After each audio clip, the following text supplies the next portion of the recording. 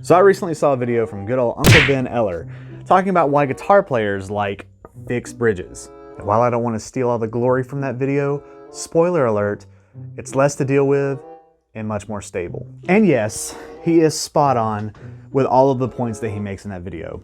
Hardtail guitars are amazing. I'm not going to deny that. They're much easier to set up. They're much more stable tuning wise, and they're just more accessible to players kind of all around. But tremolos are fun. Playing the guitar is supposed to be fun. None of us can deny that when we've ever picked up a guitar with a Floyd Rose trim on it, that we haven't hit a harmonic and did the nastiest dive bomb you've ever heard, and then pulled the trim back up to within an inch of its life, and then squeal everybody out of the Guitar Center that we're playing way too loud in.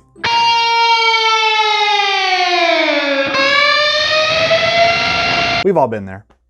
And some of us are still there, and that's okay. So you can go check out that video if you want. The link's below. He does a much better job talking about the hardtail thing, mainly because if you haven't caught on by now, I'm doing the complete opposite side of things. And that's why you should absolutely own at least one guitar with a Floyd Rose or a tremolo or whatever you want to call it. First up is creative expansion. Now, the old saying goes, less is more. But is it really? How can less be more? It's impossible. More is more. Thank you, Yngwie. Thank you, Electric Flamingo. Wow, you have a great channel. Everyone should subscribe to it. Well, you heard the man. Make sure you subscribe to my channel. Many legendary guitarists, Steve Vai, Joe Satriani, Eddie Van Halen, Dimebag Darrell, Kirk Hammett, Sinister Gates, just to name a few, have crafted some of the most well-known solos using specifically a Floyd Rose tremolo. And the thing is, you can't really replicate the sounds of a Floyd Rose without having a Floyd Rose. Unless, of course, you're Tom Morello and want to use your Digitech whammy, but come on. But the creativity that can flow forth from your hands for having that little bit of extra is nice. You end up writing things that you probably never would have without the Floyd Rose. Or simply writing things that you just couldn't on a hardtail guitar because the Floyd Rose wasn't there. It just wasn't possible. You can do trim flutter.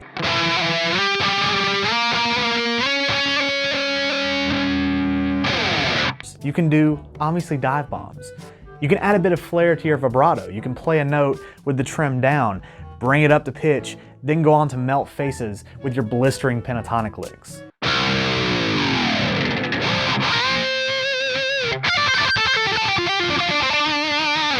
There's so much creativity held within these bridges, you just have to own one to be able to find it, which brings me nicely into my next point. Point number 2, you learn patience. All we need is just a little patience.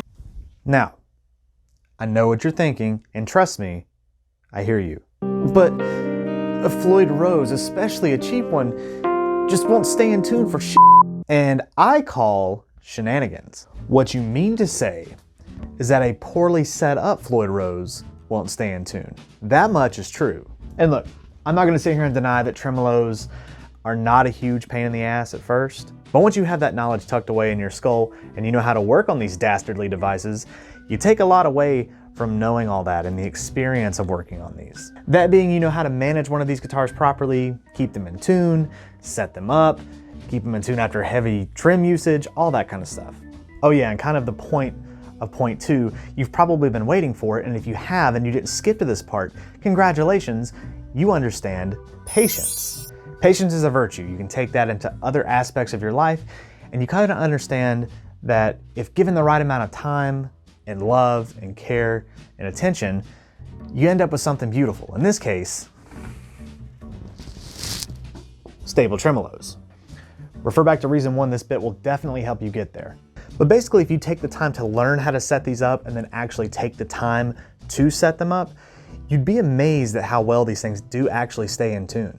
For the longest time, I was a pretty avid anti-Floyd guitar player, and that was the main reason why. I lacked the patience to want to deal with it. But once I gave it some time and attention, it turns out it's really not as bad as everybody on the internet makes it out to be. And to showcase that, I actually made a video a while back using this guitar right here that shows you how to set up any Floyd Rose to perfection. This one in particular is a licensed Floyd Rose, which people complain about those a lot. And guess what? Since that video, I've not changed the strings on this, and it's still perfectly in tune. Even this 7-string LTD with a licensed Floyd Rose. This is a nightmare's nightmare according to people on the internet. But again, watch my video on how to set up a Floyd Rose, set it up to perfection. This one's still going strong too. And don't make me get Ingve back to tell you to go watch that video. Go do it. Number 3 is you expand your range of guitars. So this one applies to those of you that have been bitten by the gear bug lately and are maybe gassing a little bit. To the middle, I'm gassing. So just imagine this. You're browsing around online and you stumble across the deal of the century. It's a guitar from a brand that you love. It's got the pickups that you want in it, or the pickup configuration.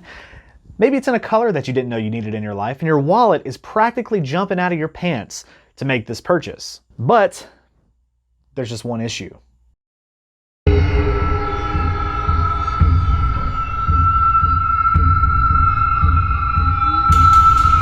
The bridge.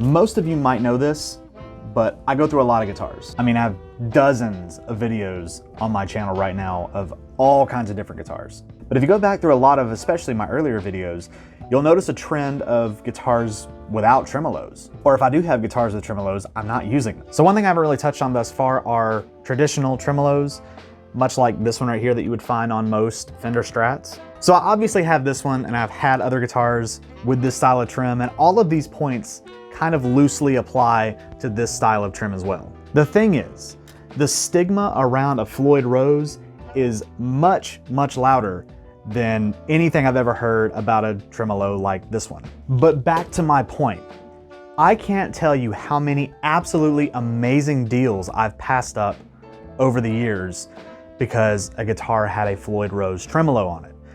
I didn't know what to do with them.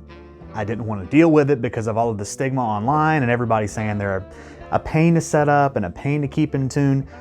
I just didn't want to deal with it. And it just makes me wonder how many people are in that same predicament where they just didn't get a guitar that's probably amazing and exactly what they're looking for because it had a Floyd Rose tremolo on it, or any kind of tremolo. I'm not saying get invested in one for the sake of it being a good deal, but consider it. You'll thank me later, I promise. Let's talk about the monetary benefits.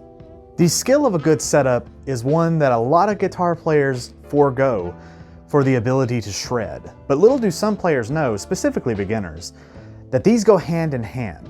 You can't shred on a guitar that isn't set up properly, especially one that has an improperly set up Floyd Rose tremolo. And if you don't know how to do it yourself, what are you to do? Well, you take it to Guitar Center for a pro setup. Wait. Oh wait, don't do that. What you want to do is take it to a nice local shop, support local, maybe one like Hot Prog Music here in Dallas, Georgia. You walk in with your guitar, go up to that amazing tech and say, hey, I got money, fix this. Well, guess what? If you learn to do it yourself, you can save yourself a little bit of money, and you can even make some money on the side by helping others set up their guitars themselves. Some people will pay upwards of $80 to $100 for a setup. Again, go to Guitar Center's website and see what I mean. There's absolutely nothing wrong with going to your local shop, asking for help. I would rather you do that than you try to set up your own guitar if you don't know what you're doing and mess something up. So there you go. Those are a few of my reasons why you should at least consider a guitar with a tremolo. They open up a world of possibilities on so many different fronts. They offer things that hardtail and fixed bridges just can't do. And I mean, they're just fun. So which one is right for you? Well, that falls entirely on your shoulders. My best advice, and this is what I tell everybody, go out and try one of each. Find your own pros and cons of each guitar. Make your decisions based on that, because I promise you, you're probably missing out on something that you didn't know you were missing out on. Hey everyone, it's Ingve Malmsteen. I'm here to tell you this channel, Electric Flamingo, is great. I mean, if after watching this video you don't subscribe to his channel, I don't know what else it would take. I tell you what, if you subscribe right now, I will eat a donut. I will eat as many donuts as people that subscribe to this channel. Click that subscribe button. It's free, and hit the bell so you're notified when he posts new videos. I'm gonna go buy another Ferrari now. Bye.